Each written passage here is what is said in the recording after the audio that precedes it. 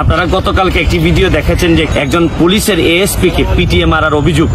আমি জানি না আপনারা অনেকেই দেখেছেন মনে হয়। তাহলে যদি একজন পুলিশের এরকম ঊর্ধ্বতন কর্মকর্তারে যদি এইভাবে পিটিএ মারার অভিযোগ থাকে, আমি সরকারের কাছে অনুরোধ জানাবো যে এটি সঠিক তদন্ত করে এবং দ্রুত তদন্ত শেষ করে যারা যারা তদন্তের মধ্যে দিয়ে যা বেরোয় আসবে, যদি যারা যারা দোষী সাব্যস্ত হবেন তাদের বিরুদ্ধে যেন ব্যবস্থা গ্রহণ করা হয়। কারণ পুলিশ একটি ফোর্স, ডিসিপ্লিন ফোর্স, এবং পুলিশের যে অবদান মুক্তিযুদ্ধ থেকে শুরু করে বিভিন্ন সময় কখন ছিল না পুলিশের অবদান। দুই একজন পুলিশের কারণে হয়তো আমরা বিভিন্ন সময় পুলিশের বিরোধিতা করছি, কিন্তু একই সময় বলতে চাই যে এখন সময় আসছে পুলিশ ডিপার্টমেন্টের পাশে দাঁড়িয়ে এই বিচারের ব্যাপারে সোচ্চার হওয়ার এবং কোনোভাবেই কোনো কিছুতেই যেন এখানে লেনদি করা না হয়, এমন ভাবে একটি এক্সাম্পলারি উদাহরণ দেওয়ার মতো যিনি একটি তদন্ত করে এর জন্য বিচারের মুখোমুখি করা হয়। দর্শক শ্রোতা, আসসালামু আলাইকুম রহমতুল্লাহি ওয়া বারাকাতুহু। গতকালকে একটি ঘটনা ঘটেছে। রাষ্ট্রপতির, আমাদের যে বর্তমান মহামান্য রাষ্ট্রপতি শাহাবুদ্দিন, রাষ্ট্রপতির নাতি এক পুলিশকে পাঠালো। তো পুলিশকে পাঠানোর পরে এ পর্যন্ত কোনো নিউজ মিডিয়াতে কোনো নিউজ হয়নি। এ বিষয়ে সংসদ সদস্য হবিগঞ্জের ব্যারিস্টার সাইদুর হক সুমন খেয়ে গেছেন। তো আসলে একজন রাষ্ট্রপতি নাতি কিভাবে পুলিশকে পাঠালো তা এ পর্যন্ত এখনো কোন বিচার হয়নি। তা যে আপনার ব্যারিস্টার সুমন আছে, সেই ব্যারিস্টার সুমন উনি কথাগুলো তুলে ধরেছেন। উনি বিচার চাচ্ছেন যে রাষ্ট্রপতি নাতির উনি নাকি ভিআইপি, সেই ভিআইপি উনি একজন কিভাবে পুলিশকে পিটালো তার উনি সে রাষ্ট্রপতি নাতির আপনার বিচার চাচ্ছে। মানে রাষ্ট্রপতি নাতির আপনার মানে উনি শাস্তি দাবি করছে। তো মানে উনি আপনার শাস্তি দাবি করতেছে এবং উনি এইটার যে মানে পুলিশকে যে উনি পেটালো তা উনি তদন্ত করে দেখার জন্য বলছে। তো দর্শক শ্রোতা, আপনারা শেষ পর্যন্ত ভিডিওটি দেখবেন। আপনারা না টেনে আপনারা শেষ পর্যন্ত ভিডিওটি দেখবেন, ওনারা কি বলতেছে আপনারা শেষ পর্যন্ত ভিডিওটি দেখেন। বাংলাদেশের প্রেসিডেন্টের নাতি একটি অঘটন ঘটিয়েছে। অঘটনটি হলো তার হাতে পুলিশ প্রহৃত হয়েছে। গতকালকে একটি ভিডিও দেখেছেন যে একজন পুলিশের এএসপি কে পিটিএ মারার অভিযোগ। আমি জানি না আপনারা অনেকেই দেখেছেন মনে হয়, কিন্তু আমি আজকে যে কারণে লাইভে আসছি, আমি যে কথাটি বলতে চাই এটা হচ্ছে গিয়ে যে বেশিরভাগ ক্ষেত্রে আমরা পুলিশের বিভিন্ন কাজকর্ম, অবৈধ কাজকর্ম বা কোনো পুলিশ যদি অপরাধ করে, এই ক্ষেত্রে আমরা যেভাবে সোচ্চার হই, আমি আশা করি যে আমি সহ আমরা যারা বিভিন্নভাবে প্রতিবাদ করি, আমরা চলেন এই যে পুলিশের বিরুদ্ধে যে অভিযোগ বা পুলিশের বিরুদ্ধে যে অপরাধ সংগঠিত হয়েছে, একজন পুলিশের এরকম ঊর্ধ্বতন কর্মকর্তারে যদি এইভাবে পিটিএ মারার অভিযোগ থাকে, তাহলে কিন্তু পুলিশ যেভাবে দিনে রাতে কাজ করে, আমাদের যে পজিটিভ পুলিশ যে সব কাজগুলো আমাদেরকে এই পর্যন্ত বাঁচাই রাখছে, পুলিশ ছাড়া কিন্তু আমরা কোনোভাবেই চলতে পারবো না। পুলিশের কারণেই কিন্তু আইন শৃঙ্খলা পরিস্থিতি বলেন আর যাই বলেন, পুলিশের কারণেই কিন্তু। আমি একটা কথা বলতে চাই যে অনেকের হয়তো পুলিশের বিরুদ্ধে কথা বললে হয়তো মনে করেন যে এই পুলিশের বিভিন্ন অভিজ্ঞতার কারণে হয়তো বিভিন্ন সময় আমরা পুলিশের অপরাধের কথা বলি, কিন্তু আজকে সময় আসছে যে আমি সরকারের কাছে অনুরোধ জানাবো যে এটি সঠিক তদন্ত করে এবং দ্রুত তদন্ত শেষ করে যারা যারা তদন্তের মধ্যে দিয়ে যা বেরোয় আসবে, যদি যারা যারা দোষী সাব্যস্ত হবেন তাদের বিরুদ্ধে যেন ব্যবস্থা গ্রহণ করা হয়। কারণ পুলিশ একটি ফোর্স, ডিসিপ্লিন ফোর্স, এবং পুলিশের যে অবদান মুক্তিযুদ্ধ থেকে শুরু করে বিভিন্ন সময় কখন ছিল না পুলিশের অবদান। দুই একজন পুলিশের কারণে হয়তো আমরা বিভিন্ন সময় পুলিশের বিরোধিতা করছি, কিন্তু একই সময় বলতে চাই যে এখন সময় আসছে পুলিশ ডিপার্টমেন্টের পাশে দাঁড়িয়ে এই বিচারের ব্যাপারে সোচ্চার হওয়ার এবং কোনোভাবেই কোনো কিছুতেই যেন এখানে লেনদি করা না হয়। আমি পুলিশের তদন্ত বিভাগ বা পুলিশের যারা তদন্ত করেন বা যারাই তদন্ত করবেন তাদের প্রতি অনুরোধ রইল এমনভাবে একটি এক্সাম্পলারি উদাহরণ দেওয়ার মতো যিনি একটি তদন্ত করে এর জন্য বিচারের মুখোমুখি করা হয়, আর যেন ভবিষ্যতে আমরা কখনোই কোনোভাবেই যেন এগুলা দেখতে না পাই। কারণ পুলিশের মনোবল যদি নষ্ট হয়ে যায় আর পুলিশ যদি কখনো মনে করে যে তাদের পক্ষে বলার মতো লোক কম, তাইলে কিন্তু আপনি পুলিশ থেকে যে ধরনের সার্ভিস আশা করেন আপনি সার্ভিস হয়তো পাবেন না। তাহলে আমি ভিডিওটা শেষ করার আগে আবারও বলতে চাই যে দেখেন আমরা কিন্তু কারো বিরুদ্ধে না, আমরা যারাই অপরাধ সংগঠিত করবেন তাদের বিরুদ্ধেই কথা বলতে চাই। কারণ আমরা যারা বাংলাদেশে বিশ্বাস করি, আমরা যারা মনে করি যে বাংলাদেশটারে সোনার বাংলা বানাইতে চাই, তারা কখনো কার বিরুদ্ধে থাকবো বা কার পক্ষে থাকবো এটা নির্ণয় করা যাবে না। নির্ণয় করতে হবে যে অপরাধ কে করেছেন তার বিরুদ্ধে আমরা দাঁড়াইতে চাই, তার বিরুদ্ধে আমরা কথা বলতে চাই। এবং আমি তরুণ সমাজকে বলবো যে কার পক্ষে গেলেন আর কার বিরুদ্ধে গেলেন এটা দেখার বিষয় না। দেখার বিষয় হচ্ছে গিয়ে যেখানেই অপরাধ সংগঠিত হবে এটাকে অ্যাড্রেস করেন, সোশ্যাল মিডিয়াতে এটা নিয়ে কথা বলেন। দেখবেন আপনার অ্যাড্রেসের কারণে বিভিন্ন যারা সরকার সহ বাধ্য হবেন এই যারা যারা অপরাধ করবেন তাদেরকে বিচারের মুখোমুখি করতে। এই জন্য আবারও বলবো যে আমি এই যে পুলিশের উপর যে নির্যাতন হয়েছে এটার তদন্ত, সুষ্ঠু তদন্ত দাবি করছি এবং আমি আশা করব সরকার দ্রুত ব্যবস্থা গ্রহণ করে পুলিশ ফোর্সের মধ্যে যে অসন্তুষ্টি যদি থেকে থাকে এটা যেন দূরীভূত করেন। বাংলাদেশের প্রেসিডেন্টের নাতি একটি অঘটন ঘটিয়েছে। অঘটনটি হলো তার হাতে পুলিশ প্রহৃত হয়েছে।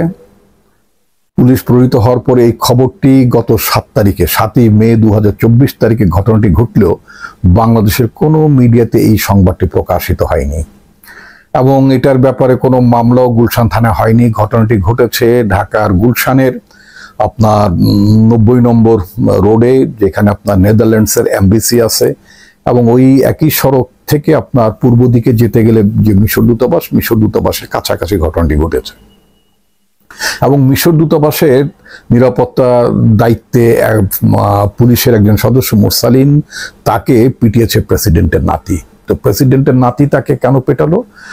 যে ওই 86 নম্বর রোড থেকে আপনার 90 নম্বর রোডে উঠতে যাওয়ার সময় মানে আপনার প্রেসিডেন্টের নাতির গাড়িটি আপনার আসছিল, অপর দিক থেকে 86 নম্বর রোড থেকে একটি বাইসাইকেল চালিয়ে আরেকজন ভদ্রলোক তিনি 90 নম্বর রোডে উঠছিলেন। তো যাই হোক, বাইসাইকেলের সাথে আপনার প্রাইভেট কারের সংঘর্ষ হয় এবং প্রাইভেট কারের ধাক্কায় বাইসাইকেলটি কিছুটা ক্ষতি হয়। এই পরিপ্রেক্ষিতে আপনার ওই মিশর দূতাবাসের যে নিরাপত্তার দায়িত্বে মানে পুলিশের সদস্য কনস্টেবল মুরসালিন, তিনি ওখানে যখন দেখে রাস্তায় জটলা হয়ে গেছে, তখন এই জটলা কমানোর জন্য অথবা এখান থেকে সরে যাওয়ার জন্য মানে তিনি তাদেরকে বলেন। তিনি তো আর জানতেন না যে গাড়ির আরোহী যিনি তিনি প্রেসিডেন্টের নাতি। তো জানলে কি আর এই মানে তিনি আর সাহস করে আসতেন? যেখানে বাংলাদেশের কোনো পত্র পত্রিকা এই ঘটনাটি ছাপতে সাহস পেল না, প্রেসিডেন্টের নাম উচ্চারণ করতে পারলো না। শুধুমাত্র একটি পত্রিকায় দৈনিক মানব জমিনে 11 মেতে শুধু একটি সংবাদ ছেপেছে, বলেছে এক ভিভিআইপির নাতির কাণ্ড। তো এই সংবাদটি প্রকাশিত হওয়ার পরে তখন আমি চিন্তা করলাম যে ভিভিআইপি তো আসলে দেশের দুজন, একজন প্রেসিডেন্ট, একজন হচ্ছেন প্রধানমন্ত্রী শেখ হাসিনার নাতি। তো এই বয়সের কারোর হওয়ার কথা না। তো তখন স্বাভাবিকভাবেই আপনার চিন্তাটা ঘুরে গেল তাহলে কি প্রেসিডেন্টের নাতি কিনা, এবং পরবর্তীতে যেটা নিশ্চিত হয়ে গেল আসলে প্রেসিডেন্টের নাতি ঘটনাটি ঘটিয়েছে। যা হোক, ঘটনা ঘটার পরে আপনার পুলিশের লোকেরা এসে আপনার ঘটনাটি আপনার যেটাকে বলে আপনার পত্রিকা এসেছে মিটমাট করে দেয়। আসলে পুলিশের লোকের গায়ে হাত তুললে মানে এবং যেটা রিপোর্ট এসেছে তার যে পুলিশের যে ড্রেস, তার সেই পুলিশের পোশাক ছিঁড়েও ফেলে, তাকে আহত করার এক পর্যায়ে। তো এই পরিস্থিতিটা আসলে মানে সরকারি কর্তব্যের দায়িত্ব থাকার একজন পুলিশ কনস্টেবলকে ফিজিক্যালি অ্যাসাল্ট করা, এটা নিশ্চয়ই একটা অপরাধের কাজ। যারা আমরা বিএনপি করি, লক্ষ লক্ষ বিএনপি নেতা কর্মীদের বিরুদ্ধে গত 15 বছরে এই সরকারের পুলিশ বাহিনী যতগুলো মামলা করেছে, প্রায় মামলাগুলোতে একটি অন্যতম ধারা আছে যে সরকারি কাজে আইন প্রয়োগকারী সংস্থাকে বাধা দেয়া। অর্থাৎ পুলিশ মানে তার দায়িত্ব পালন করছিল, বিএনপির অ্যাক্টিভিস্টরা মিটিং মিছিল করার নামে পুলিশের মানে কর্তব্য কাজে বাধা দিয়েছে। তো এটা একটা মামলার ধারা। এখন এই যে লক্ষ লক্ষ মানে আপনার বিরোধী দলের কর্মী পুলিশের কর্তব্য কাজে বাধা দেওয়ার অভিযোগে আপনার মামলার শিকার হচ্ছেন এবং অনেকেই ইতিমধ্যে বাংলাদেশ জাতীয়তাবাদী দলের ছাত্র সংগঠনের বেশ কয়েকজন শীর্ষ পর্যায়ের সাবেক নেতা, তারা ইতিমধ্যেই কিন্তু আপনার সাজাপ্রাপ্ত হয়েছেন সেই সমস্ত মামলায় এবং তারা কারারুদ্ধ হয়েছেন। এখন প্রেসিডেন্টের নাতি যখন পুলিশ পেটায় অথবা পুলিশের পোশাক ছিঁড়ে ফেলে, লাথি মারতে মারতে যখন আপনার মানে ধাওয়া করে, তখন সেটা মানে অপরাধের কোন ধারার মধ্যে পড়ে এটা অবশ্য আমার জানা নেই। কিন্তু এই ব্যাপারে গুলশান থানায় কোনো মামলা হয়নি। ঘটনার পরে আপনার অতিরিক্ত দুটো গাড়ি এসেছে, তারা এসে প্রেসিডেন্ট পুত্রকে আপনার মানে নিয়ে চলে যায়, এবং মানে আপনার দরিদ্র কনস্টেবল মোরসালিন তিনিও মানে মারঠার খেয়ে তিনিও পরিচয় যখন জানলেন তিনিও সরে পড়েন। এরপর থেকে নাকি তিনি আর মিশর দূতাবাসে ডিউটি পালন করছেন না, হয়তো আহত হয়েছেন, চিকিৎসা নিচ্ছেন, যাই হোক না কেন। আমার কথা হচ্ছে যে দেশে প্রেসিডেন্টের নাম উচ্চারণ করার আগে মানে অফিসিয়ালি বলা হয় মহামান্য রাষ্ট্রপতি।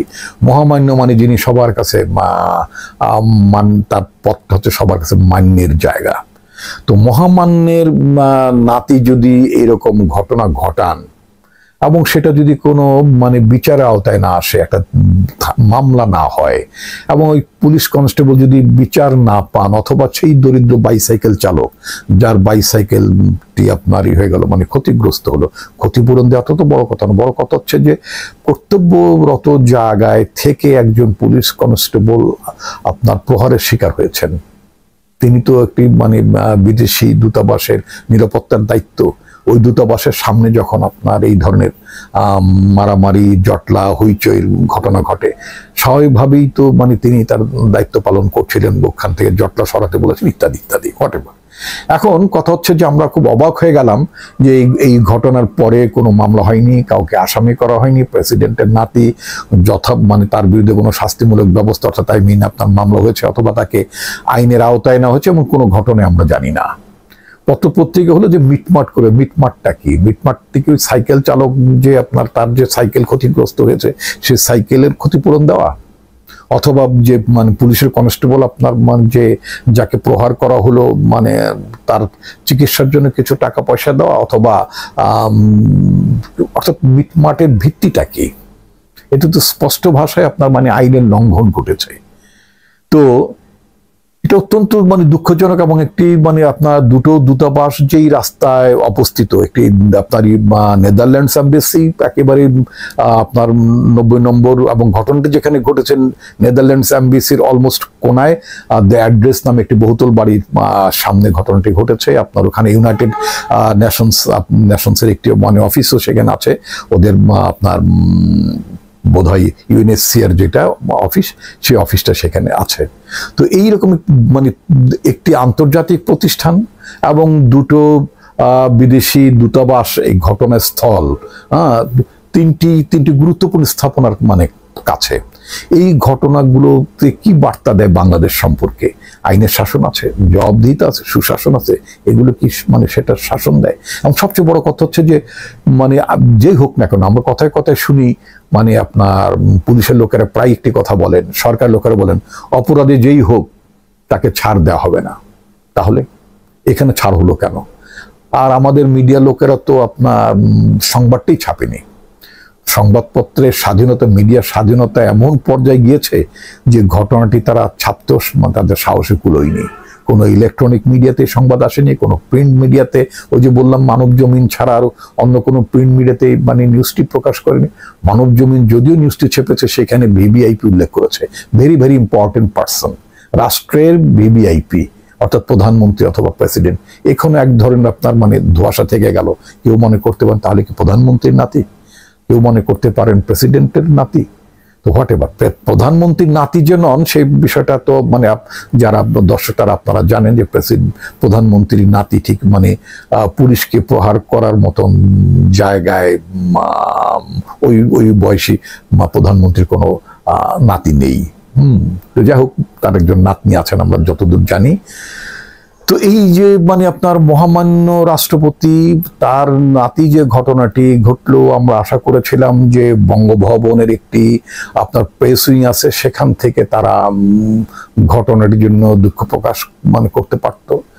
মার্কিন যুক্তরাষ্ট্রের গণতন্ত্র নিয়ে, মানবাধিকার নিয়ে প্রায় আমরা আমাদের দেশের প্রধানমন্ত্রী এবং পররাষ্ট্রমন্ত্রী এবং অন্যান্য মন্ত্রীদের অনেক সমালোচনা শোনা যায় যে ওখানকার পুলিশ এরকম আচরণ, তো ওখানে গণতন্ত্রের অবস্থায় এই ওখানে ফিলিস্তিনি বিক্ষোভকারীদেরকে এইভাবে দমন করা হয়, নানাবিধ অভিযোগ আছে।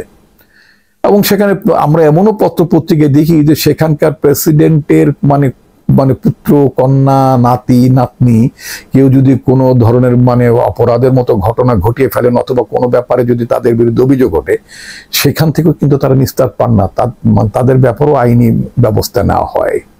তো বাংলাদেশে মহামান্য রাষ্ট্রপতি প্রেসিডেন্টের নাতি যে কাণ্ডটি ঘটালেন, সেটার কোনো ব্যবস্থা হবে। সবচেয়ে বড় কথা হচ্ছে যে আপনার এই যে মানে প্রেসিডেন্টের নাতির সম্ভবত বয়স কত হবে, আমার ধারণা নিশ্চয়ই হয়তো মানে 25-এর নিচে হবে বোধহয় বয়স।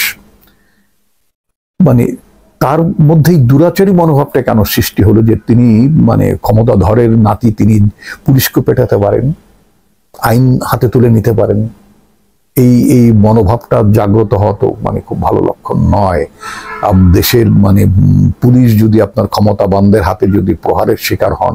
1 মাস আগেও মানে গুলশানের জিমে একটি ঘটনা ঘটেছে। তাহমিদ আদনান, উনি হচ্ছে যে প্রেসিডেন্টের শাহাবুদ্দিন চুপ্পুর ছেলের ঘরের নাতি, এবং সেখানে ডিবি পুলিশ তাকে গ্রেফতার করলেও পরে তাকে ছেড়ে দেওয়া হয়।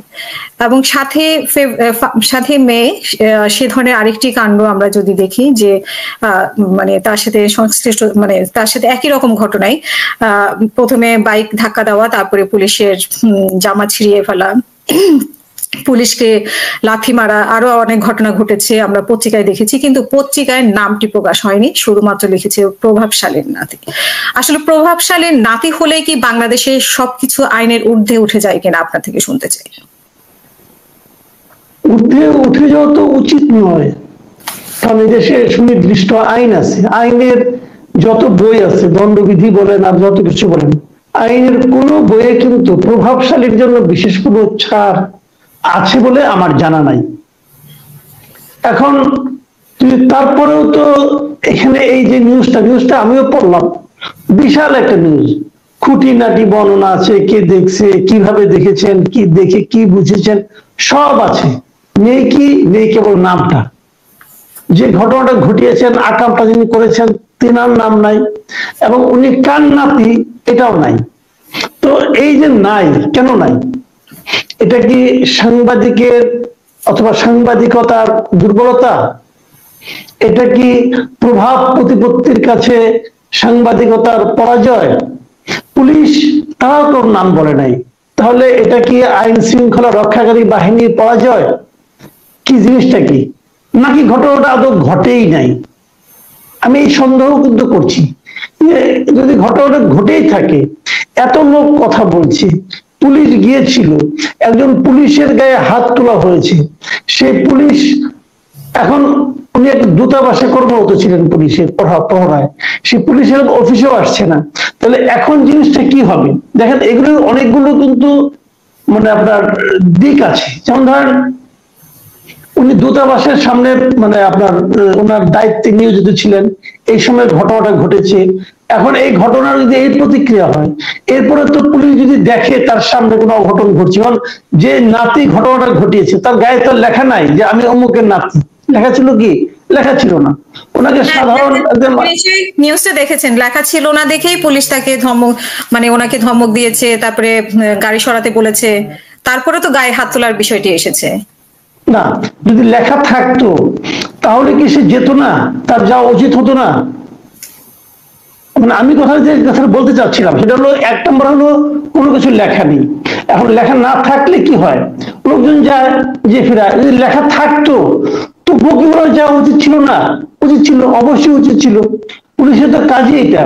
কিন্তু প্রশ্নটা হলো, এখন যদি প্রভাব খাটানো শুরু হয় এখানে, ভিভিআইপি হোক যাই হোক, এখন যদি এই কারণে যদি ওই পুলিশের উপর কোনো ধরনের ব্যবস্থা না হয়, উল্টা হতে পারে। কিন্তু যে বয়সে এখন তার কাজেই আর জয়েন করছে না, হয়তো ছুটিতে থাকবে কিছুদিন, তো এই যখন ঘটনা ঘটে তখন কি হয়?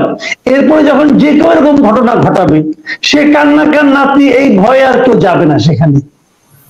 তাহলে এই একটা ঘটনা কিন্তু আসলে একটা ঘটনা না, এটা একটা প্রতীক যে এদেশে আইন বলেন, নিয়ম বলেন, অথবা মানুষের মানবিকতা বলেন, এগুলো কিভাবে ক্ষমতার কাছে, ক্ষমতার দম্ভের কাছে পরাজিত হয়।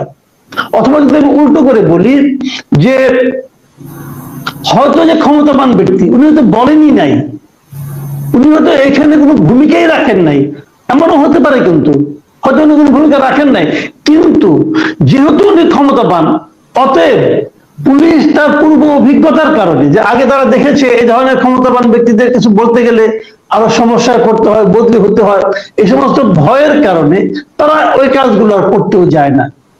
তাহলে এক্ষেত্রে করণীয়টা কি? করণীয় হলো ওই যে ক্ষমতাবান তার বলা, তার তো দেখে পুলিশকে বলা উচিত আমার নাতি কাম করে তার ধরে নিয়ে যাও। তাহলে তো তার একটা চরিত্র, তার একটা পোর্ট্রেট মানুষের সামনে উঠে আসে যে না, উনি আইনের চোখে সবাইকে সমান দেখেন এবং উনি নিজে যেহেতু ক্ষমতাবান, অতএব উনি আইনটাকে তুলে ধরছেন শক্তভাবে, এটা ওনার করা উচিত। কিন্তু সেটা আমাদের দেশে কখনো হয় না। এবার হবে না আমি তাও বলছি না, হতেও পারে, বলা যায় না কিছু। যদি উনি করে বসেন তাও তো আমাদের আনন্দের আর শেষ থাকবে না। কিন্তু আমাদের এখানে হয় না, এবং হয় না বলে এই ঘটনাগুলো চলতে থাকে। এখন যদি কেউ এসে বলে আমি অমুকের নাতি, আমি একটা আগামীকাল ধরা খেলাম, বললাম আমি অমুকের নাতি, এখন পুলিশের পক্ষে যেটা প্রমাণ করাও তো একটু সময় লাগবে। যতক্ষণ সময় লাগবে ততক্ষণের মধ্যে আমি ওখান থেকে একটা ভাব নিয়ে চলে আসবো। এই যে বিষয়গুলো পুলিশ কবে বলতে শিখবে যে আপনি যারই নাতি হন না কেন রে ভাই, আপনি এই কামটা করছেন, অতএব আপনাকে আমি ধরে রাখবো, আপনার কার নাতি আমার দেখার বিষয় না। পুলিশ এই কথাটা বলতে কবে শিখবে?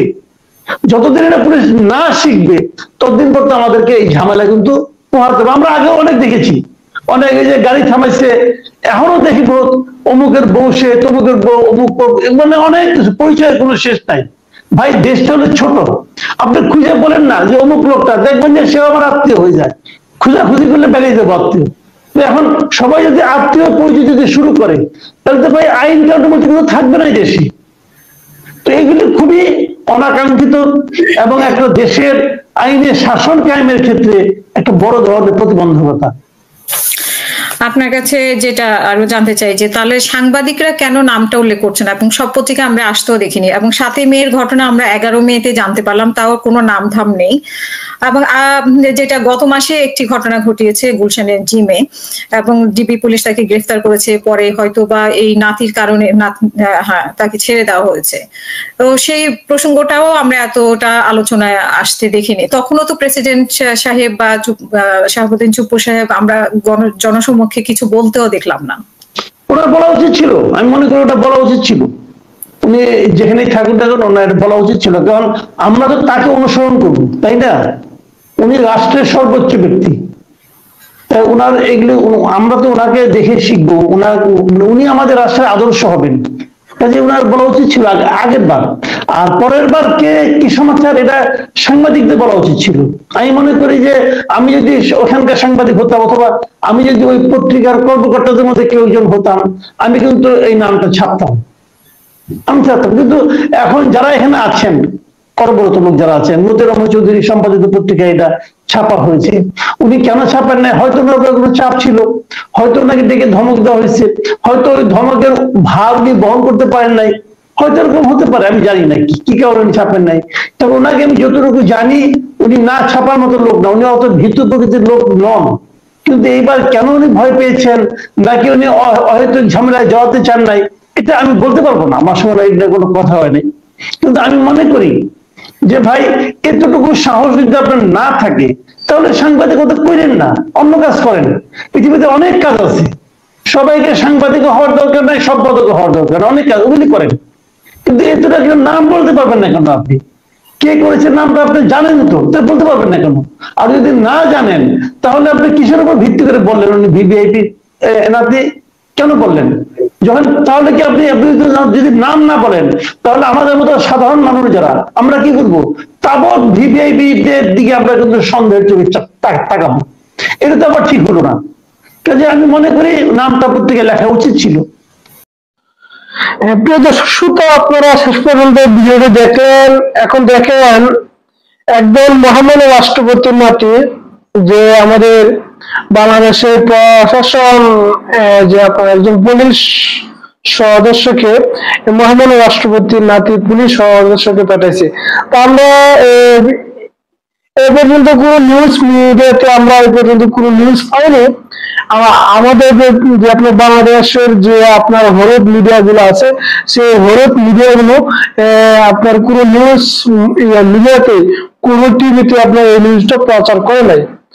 তো আসলে দেখেন একজন বিএপি এবং যে আমাদের মহামান্য রাষ্ট্রপতি শাহাবুদ্দিন, সেই মহামান্য রাষ্ট্রপতি নাতি কিভাবে একজন পুলিশকে পাঠালো। এখন আপনারা বলেন, একজন সাধারণ জনগণ যদি, একজন সাধারণ মানুষ যদি মানে একজন পুলিশকে যদি পাঠাতো, তাহলে আজকে আপনার সারা বাংলাদেশ তুলপার হয়ে যেত। তাহলে আপনারা দেখেন তারা মানে কিভাবে তারা রাষ্ট্র ক্ষমতা নিয়ে ধরে আছে। আপনারা দেখেন সে নাকি বিএনপির একজন নাতি, সে বিএনপি নাতি একজন কিভাবে পুলিশকে পাঠাতে পারে। তো আমরা এ পর্যন্ত কোনো আপনার নিউজ মিডিয়া, কোনো টিভি চ্যানেলে, কোনো আপনার কোথাও আপনার পাইনি। আসলে আমরা এখন কোন জায়গায় আছি দেখেন, আজকে বাংলাদেশের যে হলুদ মিডিয়া গুলো আছে, সেই হলুদ মিডিয়া গুলো আপনার কোনোভাবে এটা আপনার প্রকাশ করতেছে না। আসলে দর্শক শ্রোতা, আপনারা শেষ পর্যন্ত ভিডিওটা দেখছেন, তো আপনাদের যুক্তি, আপনাদের মতামত কি আশা করা যায়, তা আপনারা কমেন্টের মাধ্যমে জানিয়ে দিবেন।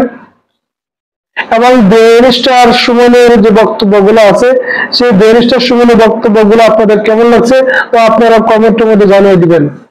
এবং আপনাদের দাবিকে আপনারা জানিয়ে দিবেন। দর্শক শ্রোতা, আজ এ পর্যন্তই। ইনশাআল্লাহ আগামীতে আসবে নিত্য নতুন ভিডিও নিতে।